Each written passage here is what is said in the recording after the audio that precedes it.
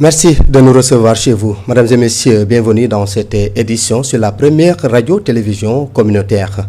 Pour démarrer cette édition sur l'axe Cambérène-Keur Massar, la Nationale 1 reste un véritable casse-tête pour les piétons. Faute de passerelles, ils se voient contraints de traverser en plein trafic au péril de leur vie.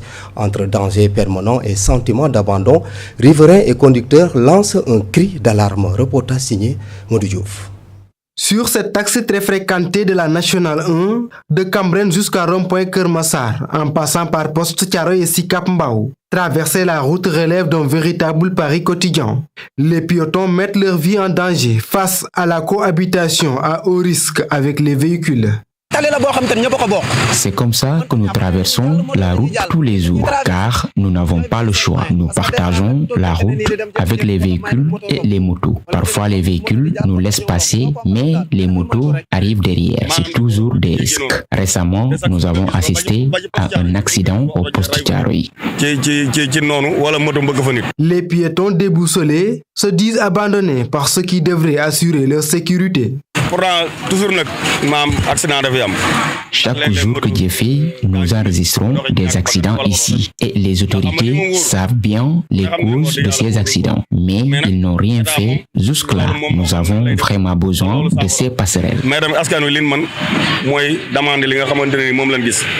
Du côté des conducteurs, le constat est à la fois unanime et amer. L'absence de passerelle expose aussi bien les automobilistes que les piétons à de graves risques. C'est difficile pour nous, les conducteurs, car nous roulons en essayant d'éviter les piétons. Récemment, un Jakartaman a eu un accident ici. En voulant éviter un véhicule, il a fini par percuter un piéton, ce qui est vraiment regrettable. La construction de passerelles serait donc très utile pour nous. En attendant la réhabilitation de ces ponts, les populations n'ont d'autre choix que de traverser au milieu des motos, voitures et camions. Une situation qui, selon elles, pourrait être évitée grâce à une simple passerelle. Modou Diouf. Et puis à Diourbel, les inondations perturbent fortement le secteur du transport urbain.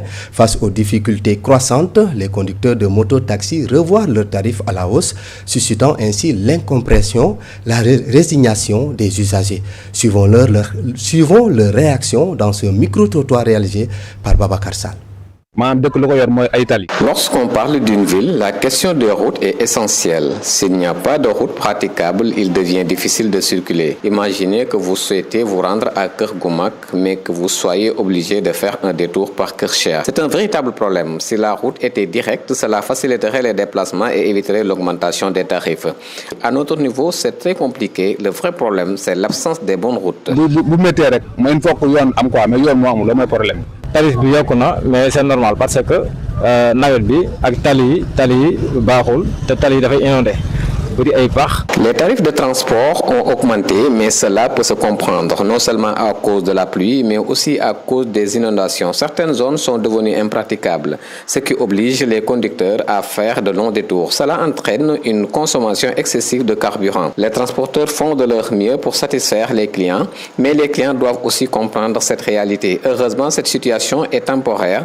Dès que les routes seront de nouveau accessibles, les prix redeviendront à la normale. Ce n'est pas une arnaque. Les transporteurs et les clients sont dans le même bateau.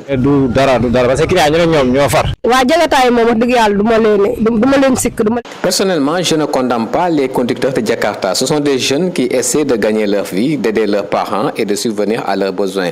L'augmentation des tarifs s'explique par les détours qu'ils sont obligés de faire toute la journée, ce qui n'est pas facile. C'est ce que je vis par exemple dans le quartier de l'École Neuf qui est devenu très difficile d'accès.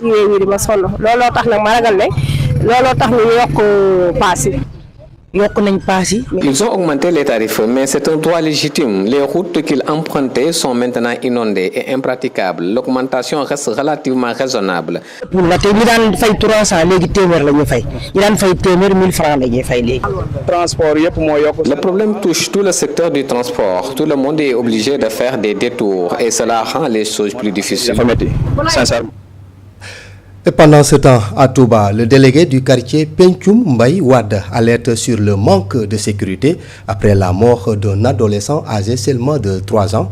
Moutaha Sen a trouvé la mort dans un bassin ouvert après 13 jours d'un drame de la même nature. Mbaye Gadiaga interpelle les autorités et réclame des mesures immédiates pour protéger les enfants. Il est avec Falundong. Ce qui s'est passé il y a 13 jours, c'est encore la même chose qui s'est répétée aujourd'hui. Un enfant de 3 ans du nom de Moutaha Sen est tombé dans un bassin rempli d'eau dans un sentier. Au moment des repas, ses parents ont retrouvé l'enfant là-bas. Pourtant, il y a quelque temps, un autre drame s'était déjà produit presque de la même manière, à moins de 150 mètres. Nous devons prendre nos responsabilités en interdisant aux gens de laisser des fosses et des bassins ouverts dans les rues. Les autorités doivent aussi venir ici pour voir ce qui s'est passé et régler ce problème. Autre chose dans ce journal, les employés de Patisen affiliés à l'Union des syndicats SNTIA ont manifesté devant les locaux de l'entreprise pour dénoncer l'absence de couverture médicale et le manque de considération. Faute de réponse de la direction, ces travailleurs envisagent de durcir le ton par un mouvement de grève et interpellent les autorités à intervenir. Compte rendu, Mamadou Ning. La tension est palpable entre la direction de Patisen et certains de ses agents. Ces derniers, en sitting, ont déploré leurs dures conditions de travail, dont surtout les licenciements abusifs et l'absence de couverture médicale. Déplorons pas mal de problèmes, de manquements aujourd'hui par rapport aux conditions de travail, par rapport à la rémunération concernant les salaires. Il y a des salaires dérisoires au sein de cette entreprise. Imaginez aujourd'hui, il y a des gens qu'on arrive à leur donner 75 000 ou 70 000 francs de salaire. La santé est complètement menacée. Il y a des recommandations venant de l'inspection. Ils refusent catégoriquement de les respecter. Pas de plan de carrière, pas de sécurité au travail. Ils menacent d'aller en grève si la direction ne rectifie pas le tir. Nous sommes prêts à aller jusqu'à l'étape supérieure. En ne pas même hésiter d'interpeller le ministre du Travail.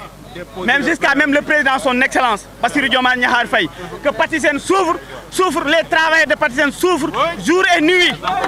Jour et nuit. Nous sommes prêts à aller en grève si rien n'est fait de cela. Un avis partagé par Lamine Fall, secrétaire général du CNTA, où sont affiliés ces travailleurs. La riposte, c'est de déposer un préavis de grève. Pour demander à l'État de venir à notre côté pour régler ces questions qui sont des questions de droit. À l'issue de ce sitting, nous avons tenté de rencontrer la direction, mais la sécurité s'y oppose et nos tentatives restent vaines. Et pour terminer, à Bambey, le port de lunettes devient de plus en plus une habitude chez de bon nombre de personnes pour des raisons sanitaires ou encore esthétiques. Un phénomène qui interpelle les spécialistes de la vue qui mettent en garde contre certaines pratiques dangereuses. Reportage Malik Ning. Au Sénégal en général et à Bambey en particulier, beaucoup de personnes portent des lunettes, soit pour se faire belle, soit pour corriger des problèmes de vue. Ce constat nous a conduit vers un opticien, l'initié. À Bambey, on est confronté à plusieurs reprises sur les problèmes de vision, concernant les adultes et les enfants aussi. Bon, on a fait pas mal de dépistages ici au niveau de Bambey, sur les établissements lycée de Bambey, CM Bambey 2, CM Djigfal.